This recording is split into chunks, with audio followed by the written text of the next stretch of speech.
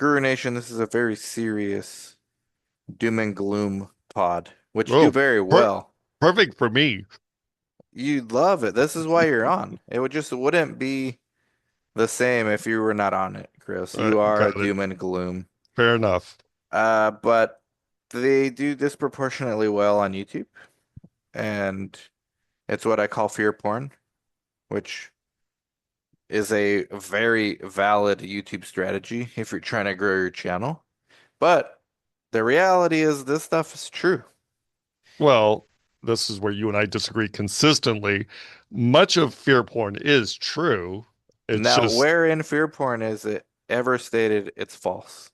It's no, not. I It's they're just just accentuated fear. exactly. And the people who bring you consistently fear porn almost never bring the opposite side. This is true. They Which never on they this never channel, promote anything true that's good. correct. Which on this channel we do both. Some life is sometimes fearful and sometimes happy. Hmm. And clinical research, no different, right? Now, this is some fear porn though, because interest rates. So biotech are affected the most by interest rates. The reason why this is important, innovation happens at biotech stage.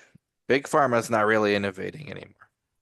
The top 20 big pharma, yeah, of course they have their own R&D stuff going on, but what they really have found is that if they can find targets for acquisition, it's a lot cheaper. Now the new thing they're doing to add fear to the fear porn, they're going to China and looking for early stage candidates.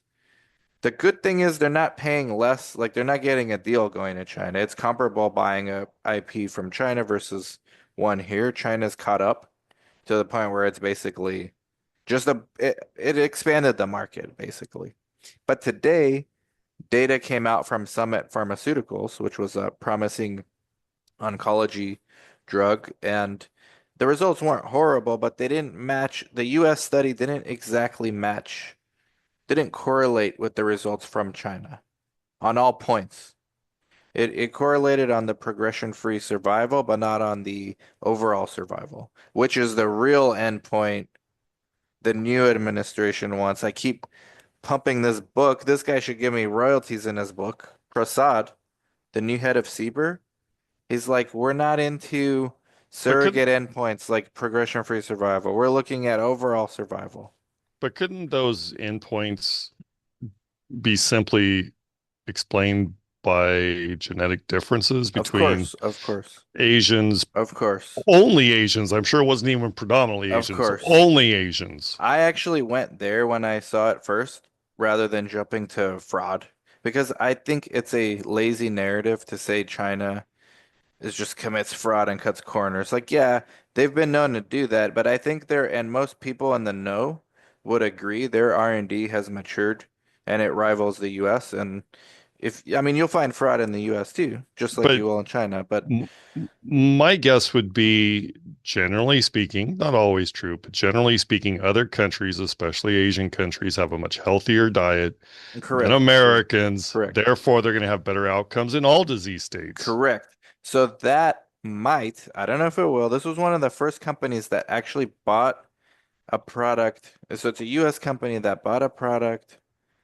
from China after positive phase one data there, and then they tried to replicate it here, and they got kind of almost the same, but not really, and not really where it counted most, which is overall survival. And so you can make the argument that, well, now other companies are going to be more careful going to China buying stuff, even though now it's just a bigger market. But the point of all this is the big pharma, they buy products. And this was not even a big pharma buying it. This was a biotech buying it, trying to then flip it to a big pharma. Hmm. But when rates go up, biotech is one of the most promising sectors in the world, life-saving therapies, but it's the most fragile because the entire sector is hypersensitive to one thing, essentially the Federal Reserve policy, and even beyond that, treasury rates and discount rates. And somebody named Dr. Due Diligence on X.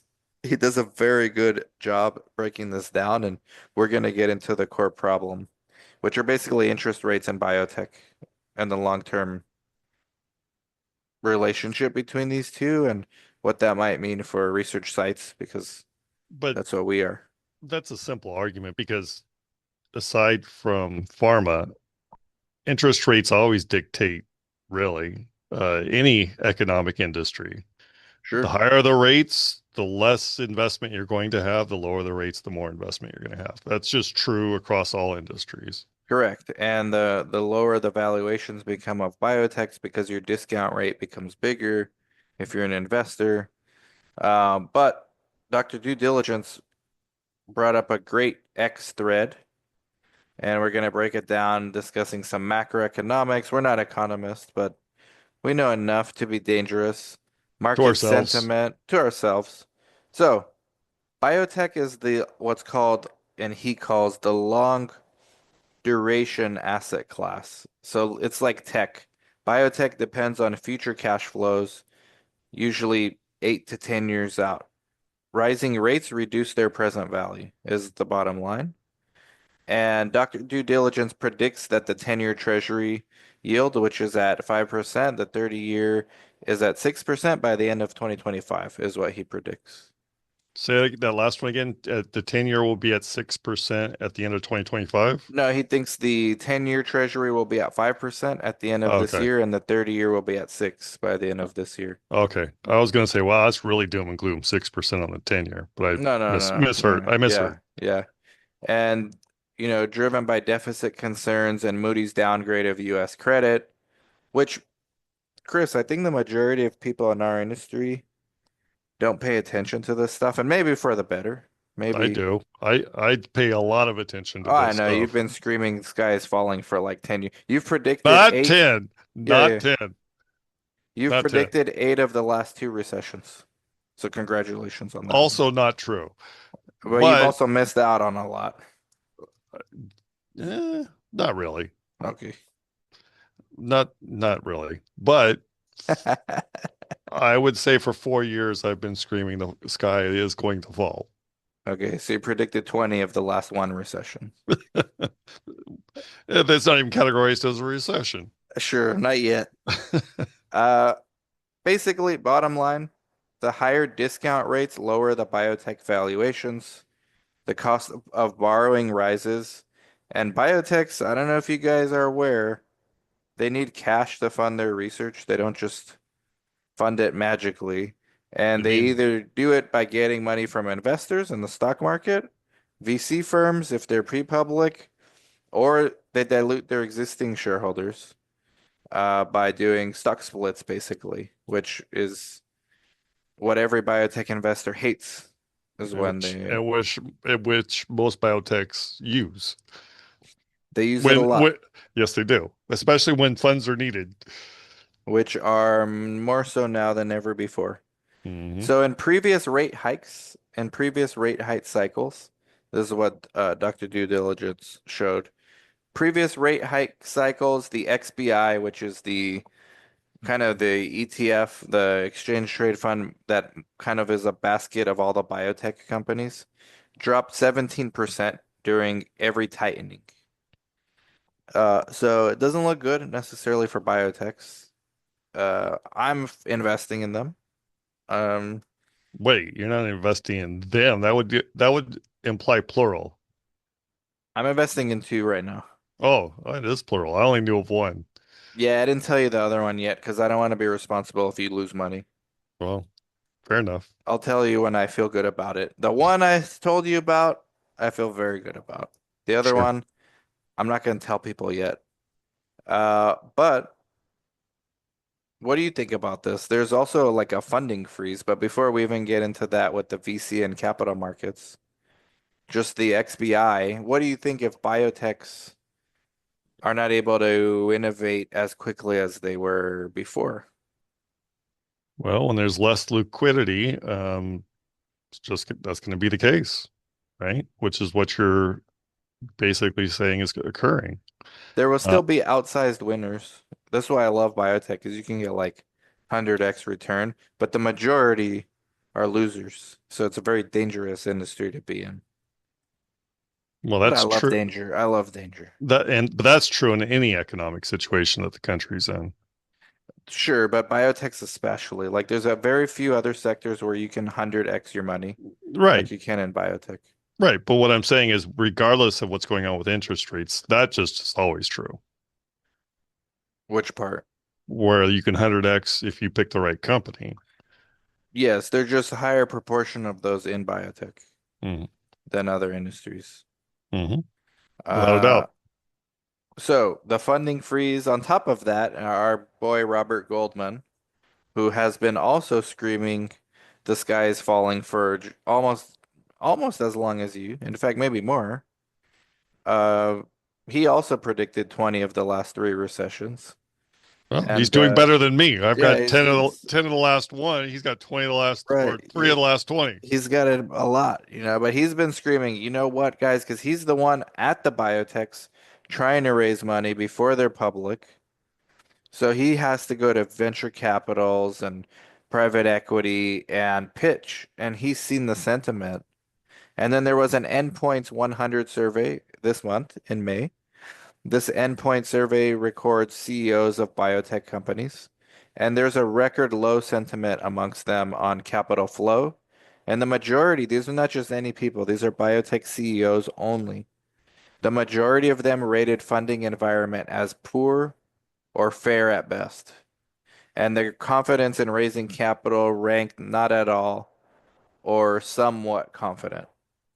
So it's pretty bad out there amongst the CEOs who are the ones in charge of these companies, which should mean a lot. There's also venture capital trends. There's a pullback from early stage investment. This is the part where China's picking up the slack. The NIH used to pick up the slack too, the early stage investment. So that's Mhm. another headwind where I'm personally a huge fan of Doge. I think it was needed. I'm not a fan of this big, beautiful bill.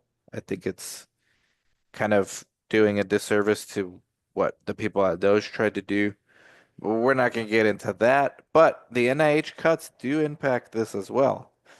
Even though it's taxpayer subsidized, the NIH played a huge role in the early stage development of some of these biotech companies.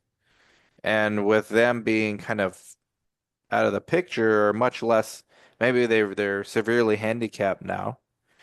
China is picking up that slack. But so far, China not proving to be very fruitful, although it's not a disaster either. Like this summit results, they were not a disaster. It didn't show fraud going on, but it did show the data didn't really translate, and that might be due to a variety of factors.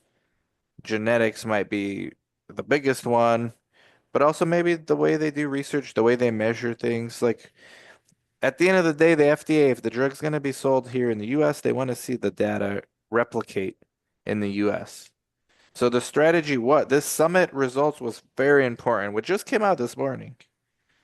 Because if they would have had a one-to-one correlation on their data, this would have opened the floodgates for all the small biotechs.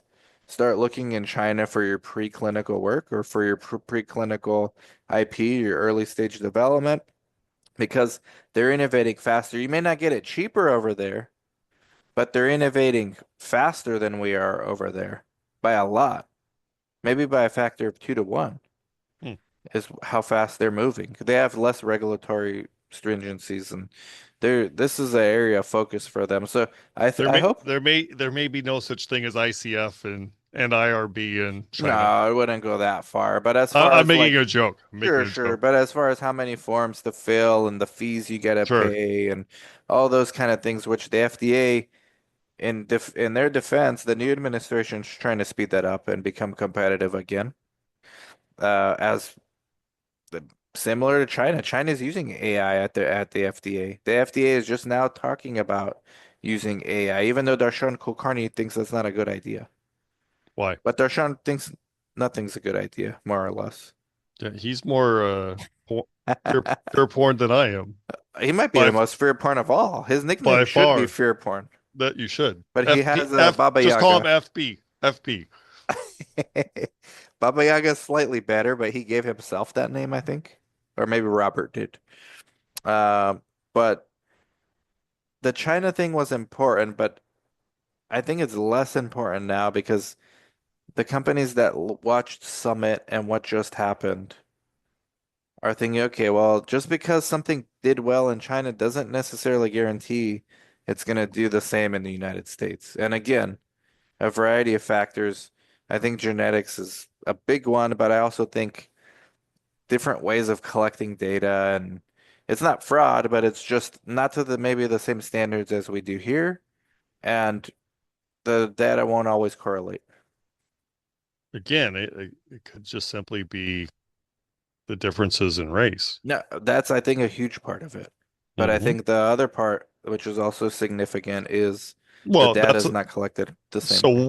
one's a known factor, and the other one's kind of The a other one you can assume. The possibility. other It's one's a an possibility. educated assumption based on the lower regulatory Sure. stringency over there. And the other one is a known fact. It's objective. Correct. Correct. Yeah. Hmm. I mean, we haven't analyzed every aspect of the genome. We don't even know what parts of the genome impact overall survival, but they're actually both somewhat educated guesses, really. Because you No, haven't mapped out the genome to know for a fact that's but I'm not saying that causing. necessarily because there's two factors involved there, right? It's you have a different race, and generally speaking, Chinese eat more healthy than Americans. Yeah, yeah. But even that, you don't. Yeah, that one you might have a correlation, and that's the whole Maha agenda. Hmm. And yeah, we're getting into that. But the summit Well, results were very important. look at the obesity rates. They're like probably 5% in China and they're 50% in America. Come on. Right, right. And maybe they will correlate more after Maha movement if that proves to be successful. I'm not sure. But the summit results were important because it's at least not going to be a green light. Like, there's a lot of people on X that think it's very bad for American innovation if that became the new trend. And if anything, this kind of put a damper on that trend. It's not going to stop it, but it kind of made it less exciting after Summit situation. And Chi- the argument was that for every dollar that's spent over there, it's not being spent here. Okay.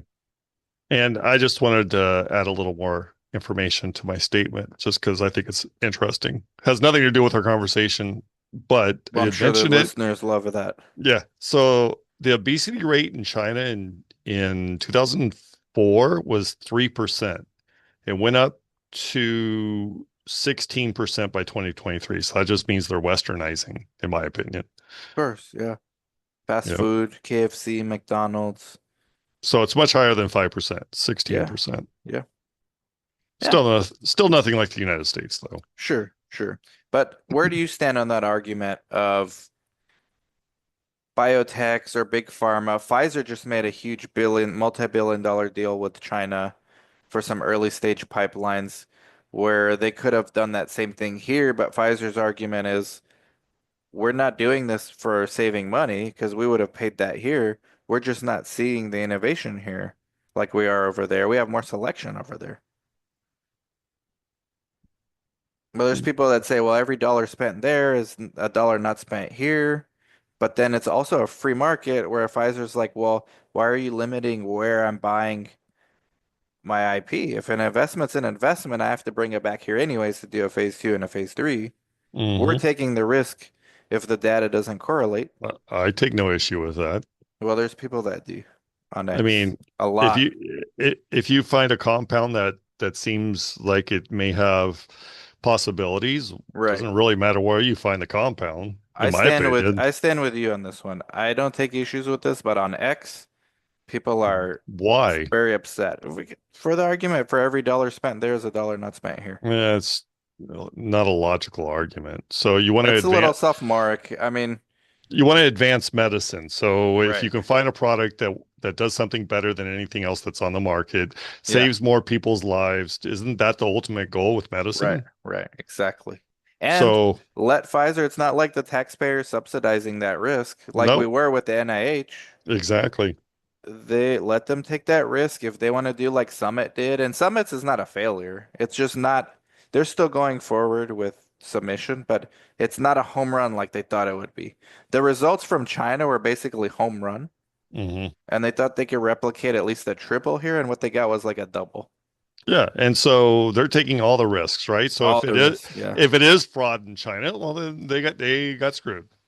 Yeah, So no, that's how it if it was goes. true fraud in China, they would have struck out here and it would Sure, have been a sure, but home run there. my point is just I'm elaborating on what you said. They're taking Sure. all the risks. Yeah. So I mean, I get the, as you put it, sophomoric argument that Sorry. yes, Gene invest. investing with Anthony, I love you, man, but I think on that one you're wrong. Well, no, but I get the sophomoric argument in terms of you want to bring dollars home to the United States, Yeah. but you are ultimately The because bigger the product argument has to get is approved here. right. And the bigger argument, and I'm a free market guy, I think I agree with you. I think they should be allowed to do that. The really big thing is you're kind of de-incentivizing the biotechs to innovate here because they're like, well, they're just going to go to China anyways. Why don't we just raise money and buy over there? And then you're kind of developing this huge ecosystem in China, and the one here is underdeveloped. It's like not working out. Like you're incentivizing someone to not work out because you don't need to. We got that part taken care of I don't see that though, because I mean, where does most innovation come from in pharmaceuticals? Doesn't it usually start in universities? Doesn't, everywhere. Yeah, but I mean, yeah. it's mainly universities, right? Because Right, that's where these compounds are found, right? From right, these, right. so it doesn't really matter in terms of, I don't think it has any effect on where this new compound is coming from, because I Right. think it will continue to be explored in the university settings here in the United States. I think that it makes no difference They're gonna whether, have to. They're gonna have to. right, With or there will without continue. NIH help, they're gonna have to if they want to Yeah. remain competitive. So, yeah, but okay, so not to get too caught into the China thing, but there is a pullback from the VCs now from early stage investment, and the focus from venture capital is let's focus on late stage biotechs with commercial potential. So something in phase three. And then Icon made a blog where, it's they said a VC is now highly selective. The IPO market is essentially closed right now for early stage biotech, and Nasdaq volatility and interest rates are deterring risky IPOs, which are initial public offerings. So get this stat, Chris. Right now, 70% of biotechs listed on Nasdaq are small or mid cap, and most have less than 12 months of cash runway. Hmm. 70% of Sounds small like cap quite a bit of those 70% probably need to be acquired. or get diluted. They're going to dilute. The ones that have promising potential get diluted. Sure. They do reverse Uh, splits, ATM pricing, ATM offerings, whatever they call them, at the market offerings, mhm. shelf offerings. I've been burned by a few of those. And Yeah, so have I. if you're patient enough, you ride through the storm, it gets approved. But instead of 2 years, it becomes like an 8 year thing. And instead of owning one share, you now own 10 that are worth an eighth of the price. Sure, but if you still hold it for 8 years instead of Sure, panic selling, you'll do fine. sure. It tests your patience, which, I think I'm in a decent one right now. But less than 12 months of cash runway. There's even, I sent you this text to prepare you for this. 260 biotechs right now have an enterprise value less than their cash on hand. Hmm. Now, people like Vivek and his group are looking to acquire these companies, spin off the dead assets. They're called zombie biotechs. And there's literally nothing they can do. The board doesn't want to make any moves. They don't have any money. They cease all operations. Well, they But have money. They have cash on they hand. have cash on hand, but they ceased all operations and they haven't Right, agreed what they're going to do with it. And while right. they're waiting, enterprise value keeps going down. And so they're just sitting there. So Vivek and his group come through, make offers to buy it at enterprise value, get that delta between the cash and the enterprise value. Try to do something with the IP if they can. Usually they can't, or else they would have already. And then flip that into Bitcoin. Flip the delta into Bitcoin. So you might get like 50 million here for Bitcoin. And then the shareholders get shares of Vivek's company. So there's biotech zombies. It's pretty bad out there right now. Hmm. It's This, gonna go. It's gonna get worse. well, that's why we wanted you on. So Hmm. the ETF, the exchange traded fund that I was talking about, XBI, which is a S&P Biotech exchange traded fund, it tracks small and mid cap biotech performance. The historical trend surged when rates were near zero and dropped 17% when rates rose. XBI, here's what Dr. Due Diligence says in his article. XBI recovery might not come until 2026 or after Powell's term ends. Powell is the Federal Reserve chairman, and the forecast is short-term Fed funds may drop to 2% under the new chair. So the current forecast is rising yields through 25, continued pressure on XBI, capital flight to tech or energy or Bitcoin, which might be a combination of both, as you see with Vivek. Biotech isn't dead, but it's no longer the speculative darling of old, which does impact sites. I think it's a leading indicator of maybe what's to come for sites. Well, what's to come, we have not experienced. This could You be a want blip on the radar too. no. Go ahead. This is your time to shine, man. This So time you're on record too. sure. So here's the next recession Chris gonna predict. Allow share. You may share screen, sir. Can you see my screen? No. Oh, But okay, the right. silence for those Now, listening is now Chris you fumbling can. around for his I didn't hit the share button. I clicked on the There we screen go. I wanted, but it didn't share. Chris is So, sharing the 10-year treasury for those listening. right, which is what most investment capital is based on. That's what your rates are based on. Um, but if you look at the chart, right, it goes back to 1980, and look at how high those rates were, right? They were at like 20%. For the 10-year treasury? Yeah. Yeah. In 1981, it looks like.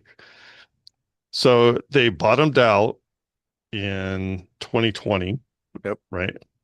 And they're going back up. And this is if you this chart doesn't go back far enough, but I've seen charts that go back 100 years. And this is played out twice, right? On the other side of this 1980 chart, it's the same thing as what's happening now from 2020. It's starting to climb back up.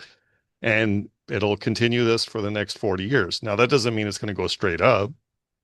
It You'll has have dips, you'll have moments. peaks and valleys, but we have not experienced this in which rates just continue to climb over years, right?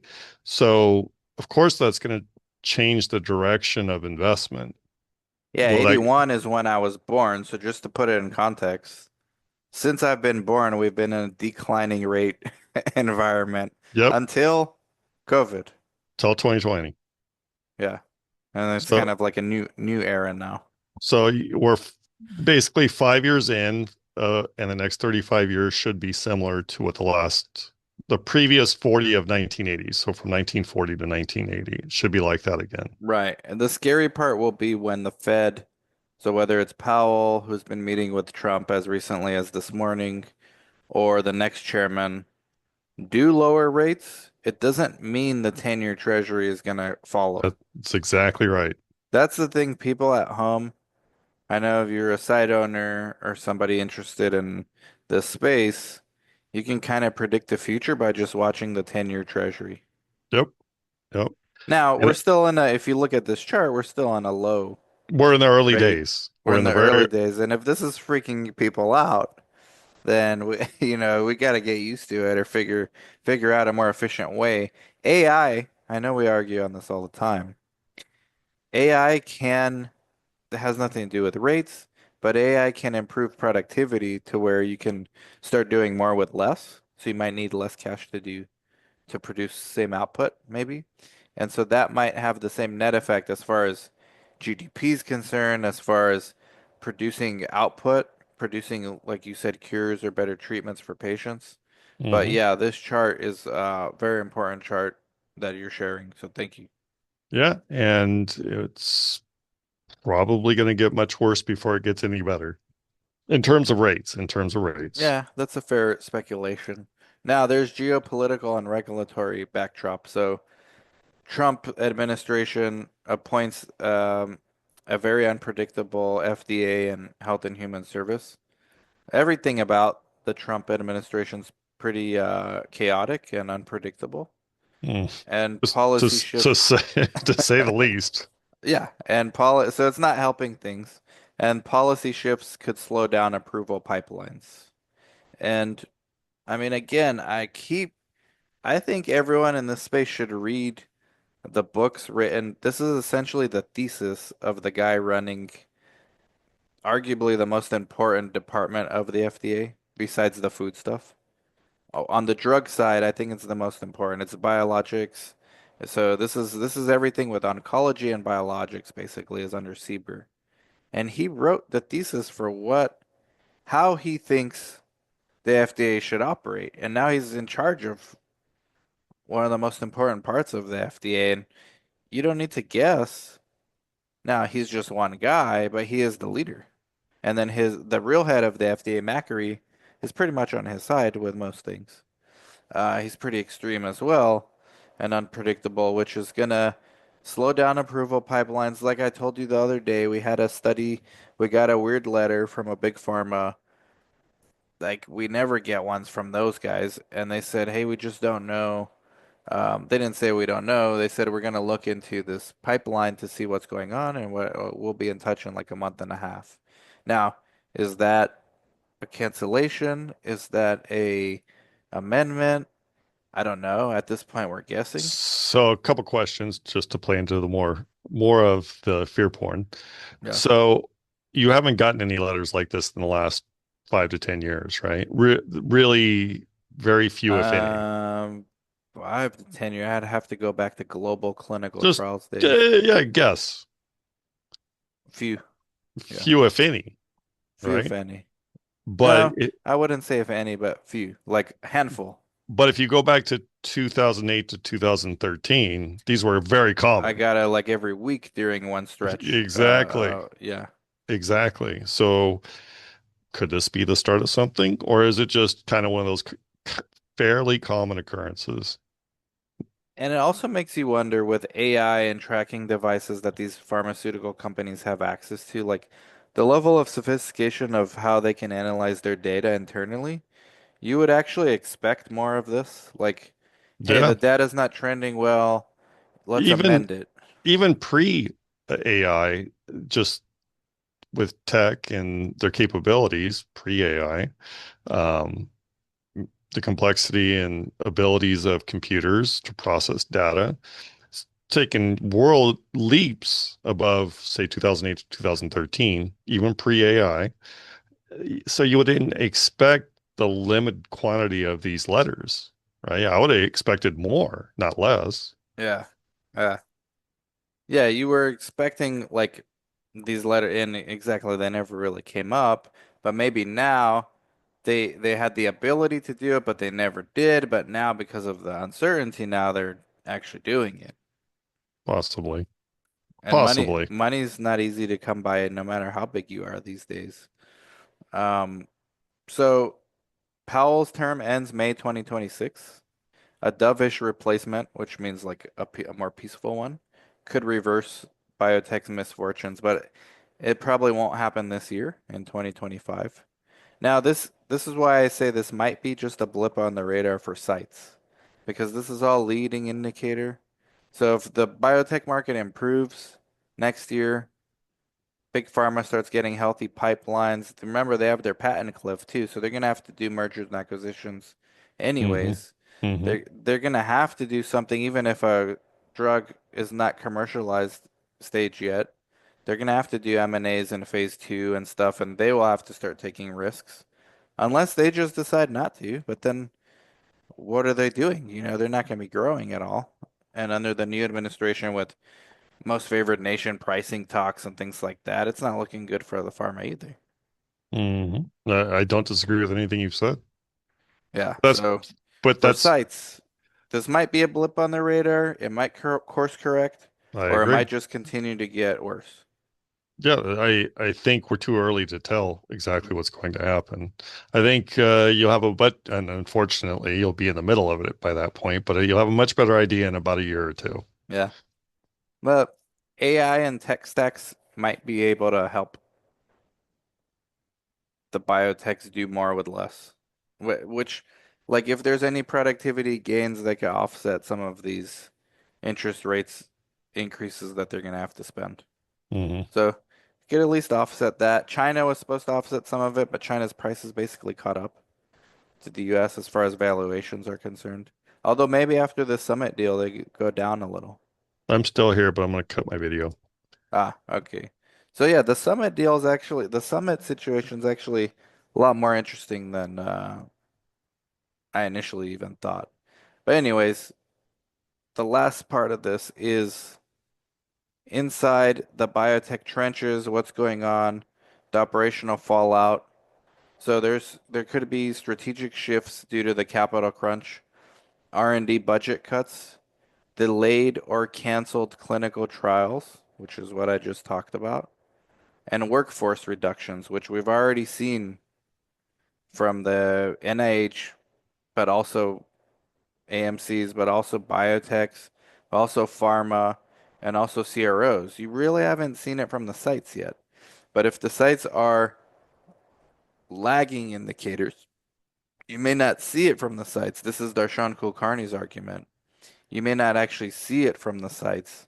Prioritizing near-term revenue, so focusing on phase three and commercial assets instead, if you're a biotech. I've seen this firsthand as an investor with the company that I'm very bullish on, not financial advice, but AQST. They have a product that's just completed all their phase three trials. They just submitted their NDA. We're hoping that gets accepted. The FDA is going to accept that NDA any day now. I think they have 10 more working days to accept it. And then it becomes a PDUFA date, which is the approval date. Now, while they're doing that, they already discovered their next candidate, which is a phase two product for alopecia. At their last quarterly call, they said they're burning through cash too quickly, and they're going to put that phase two product on hold. So all those sites that probably got feasibilities, can you do alopecia? They're waiting. Well, you know what? The sponsor's not going to do anything right now with it. We're waiting for FDA approval. Then we're going to hopefully get a deal with a big pharma and then let them do with it what they want. But why would we spend money right now when we have only have like Sure. 15 Makes months of sense. cash, Good right? business sense. And as an investor, I appreciate that, but as a side owner, I Sure. I don't because I want it both ways, but being an investor in this space makes you see things differently. Dan wants his cake and eat it too. Yeah. Yeah. Well, in this case, I never applied. I wouldn't take this study. I don't want to get accused of anything, but Sure. I this is exactly what they're doing, and that product for alopecia is promising. They've actually done the preclinical work. It looks good on animals. It looks good on paper, and there is no other similar mechanism, but they're not going to waste money right now on a phase two trial when they're up for a PDUFA date, and all their fo efforts are going to be towards commercializing that product, building a Yeah. sales force, and Yeah. Makes total sense. let someone who comes in then acquire us, let them deal with it, Yep. and that's kind of smart. But if a lot of biotechs are doing similar things, that could lead to less phase two work. Right now, I'm looking at my Creo, shout out to Creo, and I'm looking at our active studies or studies that are about to start. And let me just go through them. Big pharma, big pharma, big pharma,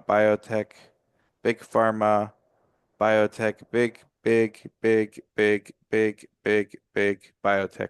So I only have three or four biotech studies in startup or going on. And then I have like nine or Big 10 pharma. big pharma. And so there are sites that have the inverse of that, like Sure. 10 biotech and three big pharma. I think you're safer taking the studies from the big pharma, but even that is not safe necessarily. And I wouldn't say no to a biotech study right now either. Like things are not that drastic, but They could be one day. Plenty of And plenty of studies got canceled from big pharma back in the day. correct. And this is why you want Chris to negotiate your budgets. And we Ah, have a service for sites. a plug. Oh my A goodness. plug. You want to tell them a little bit about the plug that we have for the Sure. So Dan and I designed a consulting service about 13 years ago, designed? I like that. specific Sound like Steve Jobs. specific to the research naive physician. So Dan and I used to get a lot of individuals reaching out, they had a private practice. Hey, I've heard of this research thing. I don't know a whole lot about it. Can you help me? Hmm. So we designed service basically to walk the research naive physician through starting a site, including early startup, beginning your site, as well as getting your first study and taking it from there. So, Yeah, keep going. You're giving me time to take my supplements. sure. So, obviously, anyone can utilize this service, but it was designed specifically to that specific population. And the importance of biotechs. Continue. I have to drink my pills. You have to drink your pills. Yeah, I'm not You gonna drink chew them, them. you Yeah, swallow them, you don't drink them. there you go. So, biotechs. What about biotechs? While you're doing their budgets, they're riskier. Oh, uh, you know, in terms of the budgets, I don't necessarily think they're worse. I mean, it really depends on the biotech. Obviously, if they're very limited and cash strapped, they're often a little Riskier though. well, riskier in terms of the study being canceled. I suppose a little. I still haven't seen many cancellation letters from any of our clients, Right. right? I usually Which hear is about good. it. Which is good. So, yeah, and I haven't seen many. I've heard of a few here and there, but nothing that I would be concerned about. I think And everyone's in a wait and see mode, but yeah, I think especially the bigger pharma are having the early meetings with the new FDA people, and the smaller biotechs probably have to wait a little longer. It just now depends who you know there, but maybe the big ones start moving first, like, we're gonna delay this one, or we're gonna scrap this one. I have spoke to a number of clients. This for sure is a little concerning. It's not that they're stopping studies, but a lot of clients are saying, "Hey, I'm just not getting studies like I used to." But there could be a number of factors involved in that Mm. in that. No, I'm actually seeing the opposite of that Yeah, you lately. are. Lately, You are. me and a And few others. that could be part of the rationale of what I'm saying. There could be a number of factors. It could be maybe you did kind of a crappy job on a Mm. number of You know what? I studies. suspect that. I think that's a different issue. That is more a function, in my opinion, of large site networks being in those territories because they're Potentially. scooping up the majority of the leads, and then these guys got their own biz dev teams. Like they go out to Sure. conferences, they Sure. wine and dine. They're like the So, CROs of the 2000s. and I'm not saying that is true, but I guess what I'm No, it's true. hearing from who I'm hearing this from in the areas they are in, they're most likely competing with these bigger networks, in which case you're not, because there is no other Right. even research site where you're at. So, Knock on wood. Knock on right, wood. right. So you have no competition, let alone big networks. So, yeah, I guess that could be true. Because I haven't If heard, they do, we're gonna troll them on Instagram and TikTok really hard. there you go. Yeah, I guess that could be definitely a factor. I think that's really what that is a function of. But this other stuff affects everyone. Doesn't matter where you are, right? And we'll see it. We'll see the fallout first. I would say if you want to see how this impacts the sites, pay attention to what the site networks do. If they stop hiring, because they're still hiring, if they Hmm. stop hiring, and if you start hearing layoffs from the site networks, they're seeing it first. They're like out in the woods further than us, so they can see the monsters before we do. They're deeper in there. And if they start letting people go, I think the smaller sites need to get worried. It either means there's operational inefficiencies there, or sponsors don't like site networks, or there's just not enough demand. which, I don't want to think about, although this is a fear porn episode, so we probably should. I would think even an earlier indicator would be if you stop seeing acquisitions, like PE stops entirely. I think that would even be a earlier, Even earlier? yeah. Yeah. Usually these, usually these, like, for example, Shore, these people are generally very wealthy, probably have some connections, even more so than a large site network. Hmm. So they probably have a little better idea of where we are heading economically. Finger on the pulse. Yeah. Merger and And, acquisition outlook is the next bullet point. So you're right on the spot. fair But enough. Dr. Due Diligence says from the biotech space. So potential quarter four 2025 merger and acquisition rebound if rates ease. So that maybe is from the biotech side looking at the forecasting things. If you see an increase in M&A in the fourth quarter, so if you see a lot of biotechs start getting acquired, I think we're in a good place for the next several years. I If would you agree. don't, then we gotta wait for it for next year. And if you don't, then I don't know. At some point, we're in a recession. Yeah, I would completely agree with that. Yeah. Yeah, yeah. The You got to follow Dr. Due Diligence, man, on X. And then buyers stay cautious because yields are rising. So companies need to show efficiency, and this is what the biotechs need to do. The one I'm invested in, it's doing exactly that. His recommendation, companies need to show efficiency, not just science. And that's what they're doing. They put that program on pause until they get the PDUFA, hopefully an approval. Knock on wood. We'll have a party in if we might have an approval party for that one. I Are bet you a you will. shareholder? Are you a shareholder? Oh, nothing like you, but No, yeah, a no, little but bit. then you're invited. All shareholders are invited. Yeah. I have a It's few going to be in Dallas. I have a Just few hundred shares, not a few thousand. okay. Yeah, no, I got more than that already. I understand. That's why I said I have Uh, a few hundred, not a few thousand. you're invited to the approval party. It's going to be in Dallas because that's where Biotech Scanner is, and he's got shares in this six figures worth of shares, like mid six figures worth of shares. Mm, I'm in the very tens nice. of thousands. He's in the hundreds of thousands. So we I'm in all the 10x. I'm in the hundreds. Yeah, yeah, we all 10x each other. It's like those Russian dolls, Sure. but same thing inside. Hopefully a smiling face. Hopefully. Yeah, or a crying one. I mean, I'm going live with him Monday. There Oh, was a nice. debate about whether we should do a rejection party as well. Ah, what And we would could sponsor it by an antidepressant. what would the fare be of that party? A lot of whiskey and No, it's gonna down be free. and It's gonna be free. depressants. Oh, if a rejection party would be like, yeah, I would try to get one of these depression sponsors there to sell ads for antidepressants. So you got a Uh, good market here. A bunch of people lost money. So, yeah, fair enough.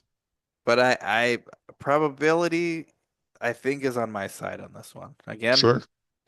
if I'm wrong, I'm wrong, but I'm willing to die on this hill for this particular You brother. sure are. Yeah, we'll see. Stay Yeah, tuned. I'll be documenting the whole thing. I'm sure you will. It's Uh, only par for your course. right. Now, stat to mention, okay, in quarter one of this year, over 30 public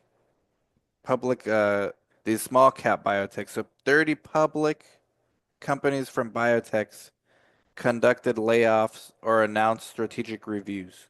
Then this is from endpoints. So it didn't just say uh I mean, this was around the same time as the NIH cuts. This was around the same time as CRO cuts were happening last year, and big pharma were happening last year. So it's no different. We had 30 public biotechs that conducted layoffs or announced strategic reviews. So not just one person's let go, but like strategic entire departments kind of getting laid off.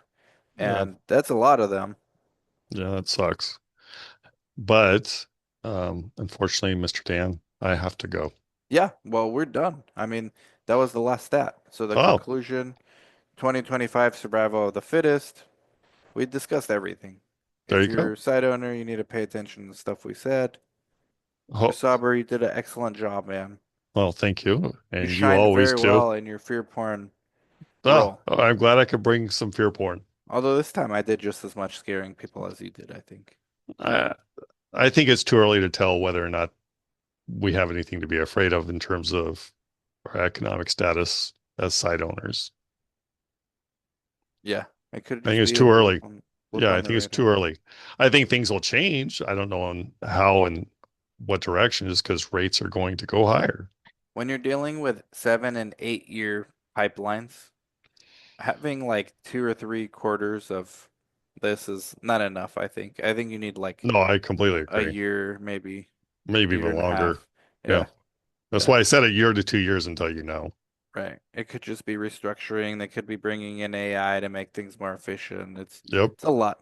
It's a lot. All I right. I'm getting texted over and over. I got to go to dinner. Well, you go do that, man, and enjoy the food, man, and Thank you very much. keep the fear coming. Will do. I always do. The new I do. Baba I Yaga. do my job. The new No, Baba Yaga. he's ridiculous. I don't feel I'm ridiculous.